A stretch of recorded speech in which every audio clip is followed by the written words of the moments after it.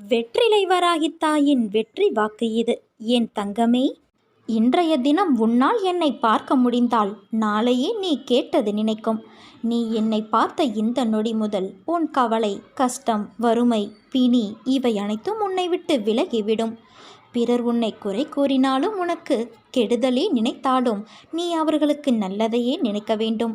நாம் எதை செய்கிறோமோ அதைத்தான் திரும்ப பெறுவோம். எல்லா சூழ்நிலைகளிலும் நீ நல்லதையே நினை, உனக்கு நல்லதே நடக்கும். உன் கோரிக்கைகளை என் செவிகளின் வழியாக நான் கேட்டுக்கொண்டே இருக்கின்றேன்.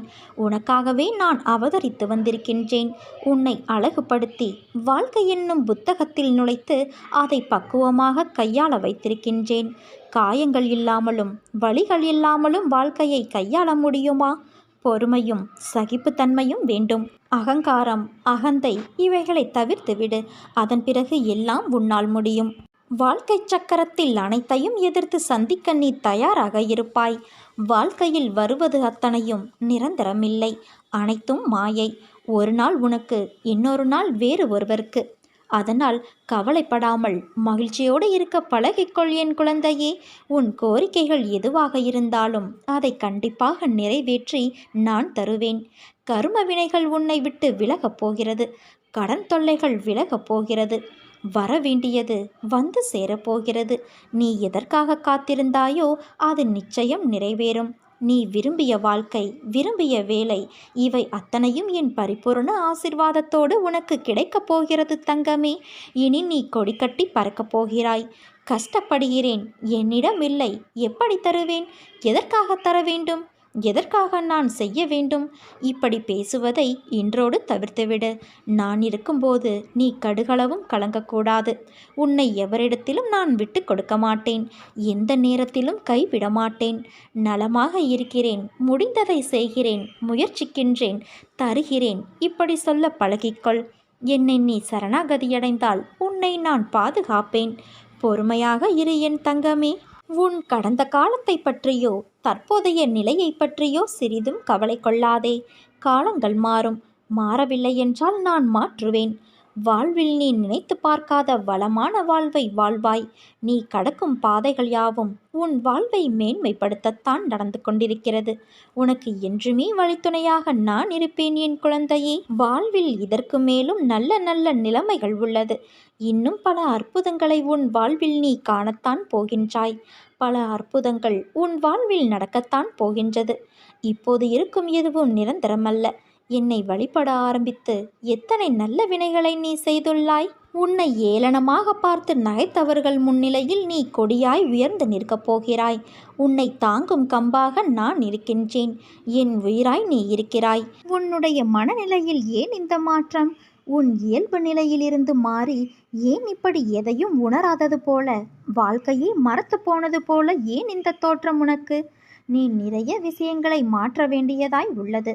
உன் கோபம், அவசர புத்தி, சகிப்புத்தன்மை இல்லாத நிலை, எதற்கெடுத்தாலும் எரிச்சலான எண்ணம், அகங்காரம் இவற்றை மாற்றினால் நிம்மதியான சந்தோஷமுடைய வாழ்க்கையை நீ எய்துவாய். மற்றவர்கள் உன்னை காயப்படுத்தி உன்னை புறம் கூறினாலும் நீ நகர்ந்து வந்துவிடு. நீயும் அதையே செய்யாதே. பிறகு என் பிள்ளையான உனக்கும் அவர்களுக்கும் என்ன வித்தியாசம்? உன் பக்தி உண்மையானது, உன் அன்பு தூய்மையானது. அதில் எந்த குறையும் காண முடியாது. நடக்கின்ற மாயையும் கர்மாவும் தான் உன் நிலையை தாழ்த்த செய்கிறது. நீ வணங்கும் தெய்வம் நான் இருக்கும்போது உன் சூழ்நிலை எனக்கு தெரியாமல் எப்படி போகும்? உன்னை புரிந்து கொள்ளாமல் நான் எப்படி இருப்பேன்? என் அருளும் ஆசிர்வாதமும் எப்போதும் உனக்கு உண்டு. உன் மனவழி போக்கி உன் முகத்தில் நிச்சயம் புன்னகை மலர செய்யும் செய்தி உன்னை தேடி வரும்.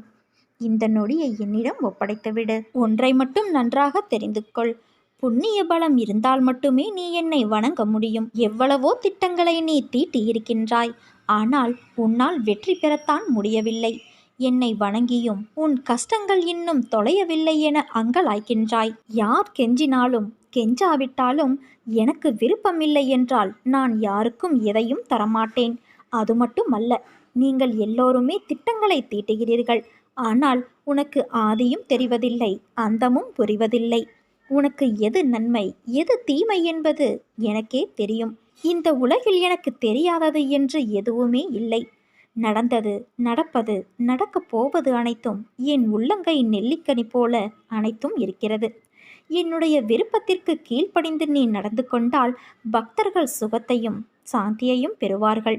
இதுவரை நீ வேண்டியது உனக்கு கிடைக்கவில்லை என்றால் நீ என் எதிர்பார்ப்பிற்கு, என்னுடைய விருப்பத்திற்கு நடக்கவில்லை என்று அர்த்தம். என் எதிர்பார்ப்புதான் என்ன என்று யோசிக்கிறாயா? நீ எப்போதும் சலனமற்ற மனம் உள்ளவர்களாக இருக்க வேண்டும். எது விதிக்கப்பட்டிருக்கிறதோ அதை தயங்காமலும் முணுமுணுக்காமலும் நீ அனுபவிக்க வேண்டும்.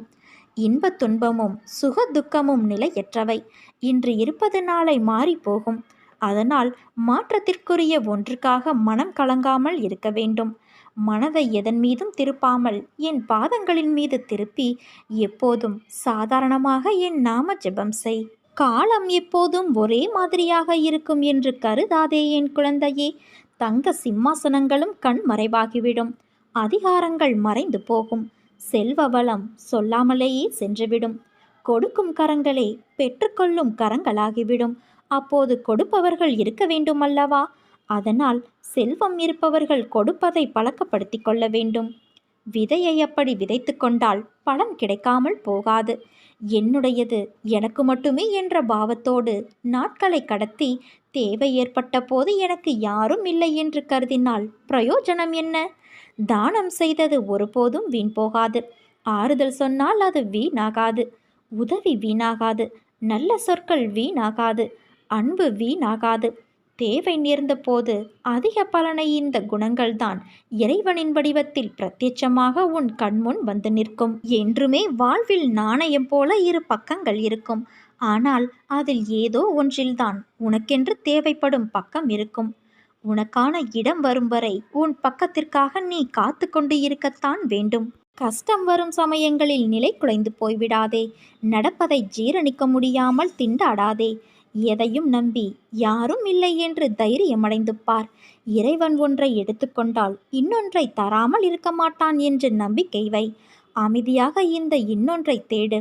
அந்த நேரங்களில் அமைதி இழக்காமல், நம்பிக்கை இழக்காமல் நீ அப்படி தேடுவாயானால் இதற்கு முன் இருந்த நிலையை காட்டிலும் உயர்வான நிலையாகவே இருக்கும். நீ செய்யும் நல்ல காரியமும், பிறரிடம் காட்டும் பரிவும், செலுத்தும் அன்பும், நல்ல எண்ணமும் பல்கி பெருகி மீண்டும் உன்னிடமே திரும்ப வரும். அடுத்தவரை பற்றி நீ நினைக்கும் விதத்திற்கு நீயே காரணம். அதற்கு அவர் பொறுப்பல்ல என்பதை நினைவில் கொள். உன் எண்ணங்கள் மறு உருவாக்கம் செய்யப்படுகின்றன.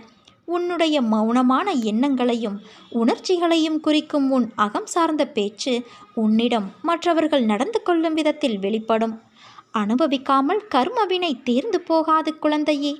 ஜீவர்களின் கர்ம பாசம் எவ்வளவு பலமானதாக இருந்தாலும் என்னை சரணடைந்தவர்களின் தீவினைகள் சிலந்தி பூச்சி உண்டாக்கும் கயிறு போல பலவீனமாகிவிடும். ஏதோ ஒன்றை அடைவதில் மட்டும்தான் நிம்மதி கிடைக்கும் என்று நினைக்காதே. சிலவற்றை இழந்தால் கூட உனக்கு நிம்மதி கிடைக்கும். அதனால்தான் நீ சிலவற்றை கேட்டும் அதை நான் உனக்கு தர மறுத்து விடுகிறேன்.